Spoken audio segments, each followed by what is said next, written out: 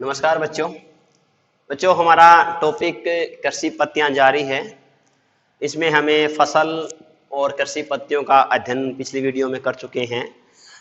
आज की वीडियो में हमारा जो मेन उद्देश्य रहेगा जिसका अध्ययन है वो है फसल उत्पादन में वृद्धि। जो हम फसल उत्पादन कर रहे हैं उसमें वृद्धि करनी है, उसमें बढ़वार है, अधिक बढ़ानी है, उसके लिए क्या क्या विधियां हैं या क्या क्या सावधानियां हैं उसका अध्ययन करेंगे। फसल उत्पादन में वृद्धि के लिए हमारी तीन सामान्य सी जो बातें हैं, एक तो है मिश्रित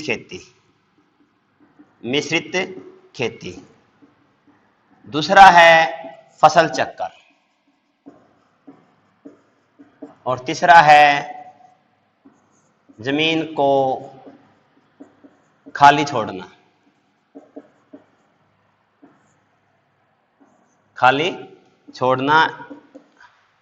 या इसको बोलते हैं हम फसल अंतरा।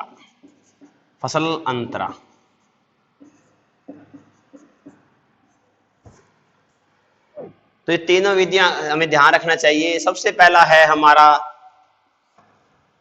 मिश्रित खेती।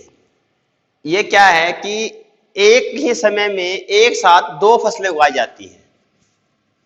जैसे हम फसल उगाते हैं लाइनदार खेतों में, उनके बीच में जगह है तो वहां पर हम दूसरी फसल उगाते हैं, दो फसलें उगाएं, या किसी खेत में आपने कोई फसल लगाई है उसके चारों तरफ दूसरी फसल लगा दी जाए, यानी एक ही समय में दो फसलों को एक साथ उगाया जाए, तो इसको बोलते हैं मिश्रित खेती।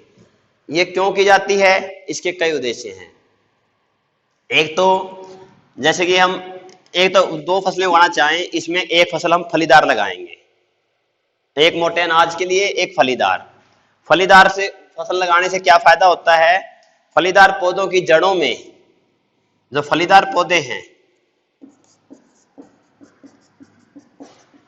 उनकी जड़ों में एक सूक्ष्म जीव है, बैक्टीरिया, जिसका नाम है राइजोबियम। ये राइजोबियम मिलता है। ये हमारे वायुमंडल में एक पोषक तत्व है नाइट्रोजन, और ये हमारे वायुमंडल में 78% है। लेकिन इस नाइट्रोजन को पौधे सीधे ग्रहण नहीं कर सकते, तो इस नाइट्रोजन को पहले नाइट्रेट या नाइट्रस में बदलना आवश्यक है। और ये कार्य जो फलीदार पौधे हैं उनकी जड़ों में जो राइजोबियम है वो नाइट्रोजन को नाइट्रेट या नाइट्रस में बदल देते हैं, जिससे पौधे हैं कि आसानी से ग्रहण कर लेते हैं। इसलिए फलीदार पौधों में हम खाद कम देते हैं, क्योंकि वहां नाइट्रोजन खाद की पूर्ति वायुमंडल से हो जाती है। जब मिश्रित खेती हम करते हैं तो इसका यही उद्देश्य है, एक साथ दो फसलें उगाई जाएं। अगर एक फसल लगा रखी है उसके बीच में हम फलीदार फसल लगा लें, तो ये फलीदार फसल से ये जो राइजोबियम है वो नाइट्रोजन की पूर्ति करती रहेंगी और दूसरी फसलों को भी खाद की आवश्यकता नहीं करेंगी और हमारी उपज और पैदावार वो बढ़ जाएगी। और दूसरा है, अगर हम दो फसल लगाते हैं तो फसलों के बीच में गैप हो जाता है, तो इसमें बीमारियां फैलने का बहुत कम खतरा होता है या चांस कम हो जाते हैं। तीसरा, अगर हम खेत के में कोई फसल लगाते हैं, चारों तरफ दूसरी फसल लगाना चाहें मिश्रित खेती में, हम दूसरी ऐसी फसल लगा सकते हैं जैसे तंबाकू या कोई और, जिससे कि आवारा पशु आदि नहीं खाते हों, ताकि अंदर वाला जो फसल है वो सुरक्षित रह जाए। अगला पॉइंट हमारा है फसल चक्कर क्या है कि हम जो वर्ष भर में दो फसलें उगाते हैं, एक खरीफ की फसल होती है और एक रबी की फसल होती है। तो हमारी फसलें दो प्रकार की हैं, एक तो फलीदार फसलें होती हैं जिसमें दाल, अनाज, और एक बाहरी अनाज जो मोटे अनाज हैं या व्यापारिक फसलें होती हैं। हमारी फसलें दो प्रकार की लेते हैं, एक तो अनाजों के लिए और एक व्यापारिक दृष्टि से लेते हैं। हमारी जो फसल उगाने का उद्देश्य दो हैं। व्यापारिक दृष्टि से उगाते हैं हम जिन फसलों को बेचा जाता है, एक अनाज के लिए जिसको हम अन्न ग्रहण करने के लिए, जिसमें गेहूं है, बाजरा है, मक्का है ये, और व्यापारिक में गन्ना है, कपास है, ये आदि फसलें उगाई जाती हैं। जो हम खरीफ और रबी दो फसलें उगाई जाएंगी। एक फसल हमारी खरीफ की, उसके बाद अगले 6 महीने बाद हम उसमें रबी की फसल उगाते हैं। तो इसमें फसल चक्कर क्या है कि हमारे पास जितनी जो खेत की मिट्टी, जो खेत है उसमें हम फसल उगाते हैं खरीफ में, मान लीजिए उसमें कुछ तो फलीदार फसलें होंगी। खरीफ में फसल फलीदार कौन कौन सी होंगी?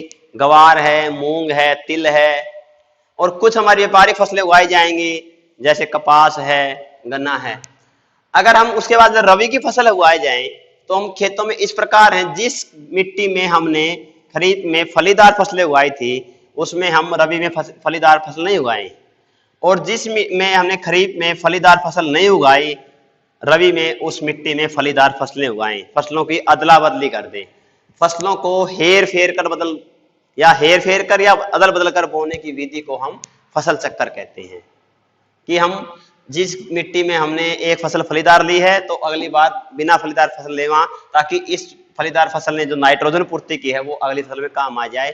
अगर हम एक ही प्रकार के फसल उगाते रहेंगे, फलीदार एक ही खेत में या एक ही जगह पर, बिना फलीदार अलग, तो जहां फलीदार फसल नहीं है वहां मिट्टी में नाइट्रोजन की कमी होती चली जाएगी और वो पौधे कमजोर होते जाएंगे, हमारा उत्पादन घट जाएगा।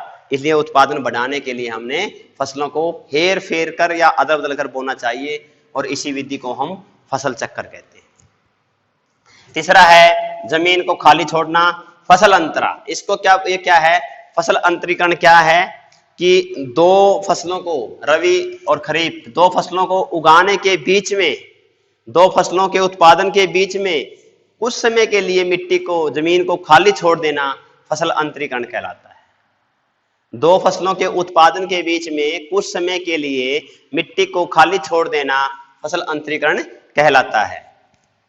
इससे क्या लाभ होता है? मिट्टी को खाली छोड़ देते हैं हम फसल अंतरीकरण से, उससे एक तो मिट्टी में पोषक तत्वों की पूर्ति हो जाती है।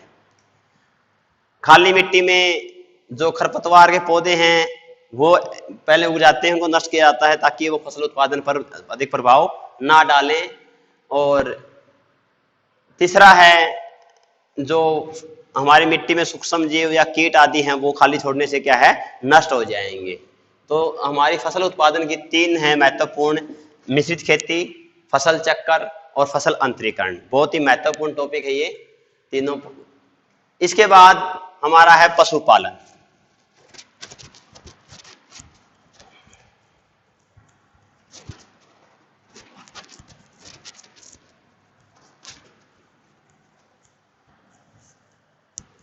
पशुपालन,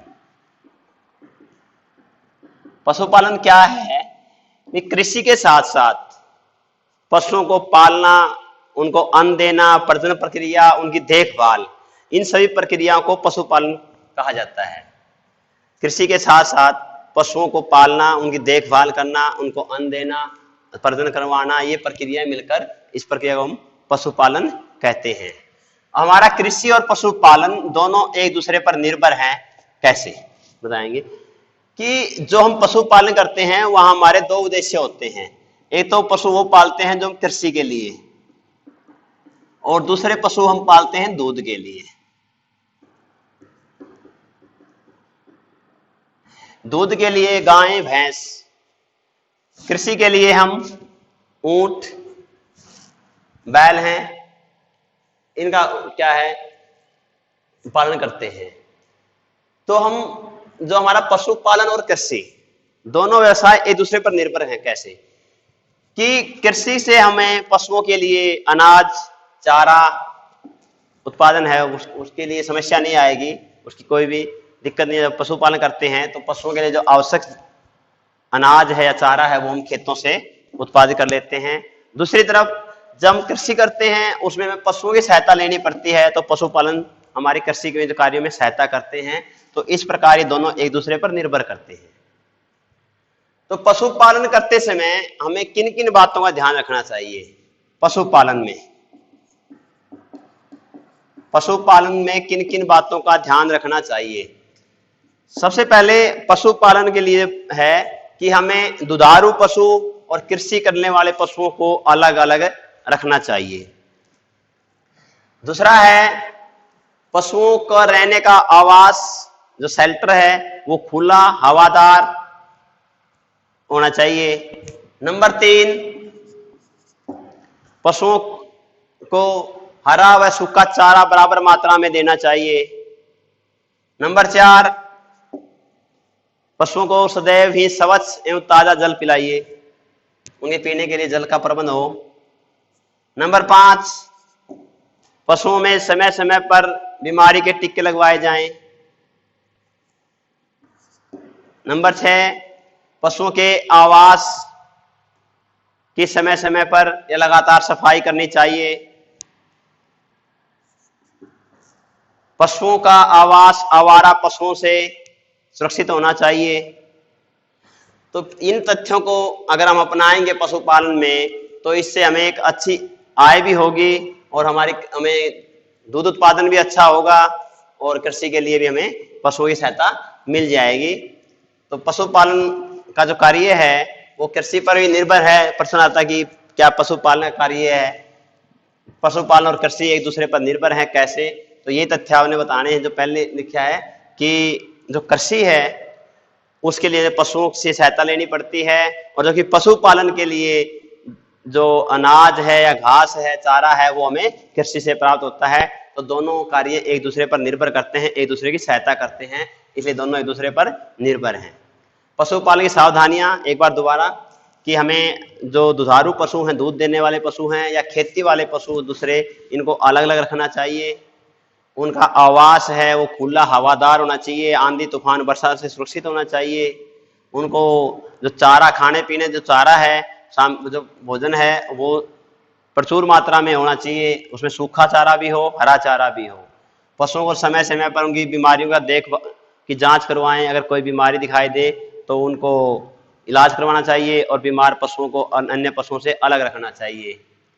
उनका जो आवास है उसकी सफाई रखनी चाहिए, उनको स्वच्छ जल देना चाहिए। अगर एक उनका जो आवास है वो आवारा पशुओं से सुरक्षित होना चाहिए। तो ये तथ्य हैं जो हमें पशुपालन के लिए ध्यान रखने चाहिए। तो ये हमारा चैप्टर था कृषि पत्तियां एवं पशुपालन। तो इसमें हमने सबसे पहले कृषि क्या है, फसलें क्या हैं, फसलें कितने प्रकार की होती है सीजन के अनुसार, उसकी कृषि पत्तियां क्या हैं, कौन कौन सी कृषि पत्तियां हैं, प्रत्येक का हमने बड़े विस्तार से अध्ययन किया। प्रत्येक की सावधानियां, आवश्यकता जो भी पढ़े। उसके बाद उत्पादन के लिए 3 विधियां पढ़ी, फसल अंतरीकरण, मिश्रित खेती और फसल चक्कर। और पशुपालन क्या है, पशुपालन और कृषि एक दूसरे को कैसे संबंधित हैं या कैसे निर्भर हैं, और पशुपालन करते समय किन किन बातों का ध्यान रखना चाहिए। इसी के साथ हमारा ये अध्याय पूरा होता है। धन्यवाद।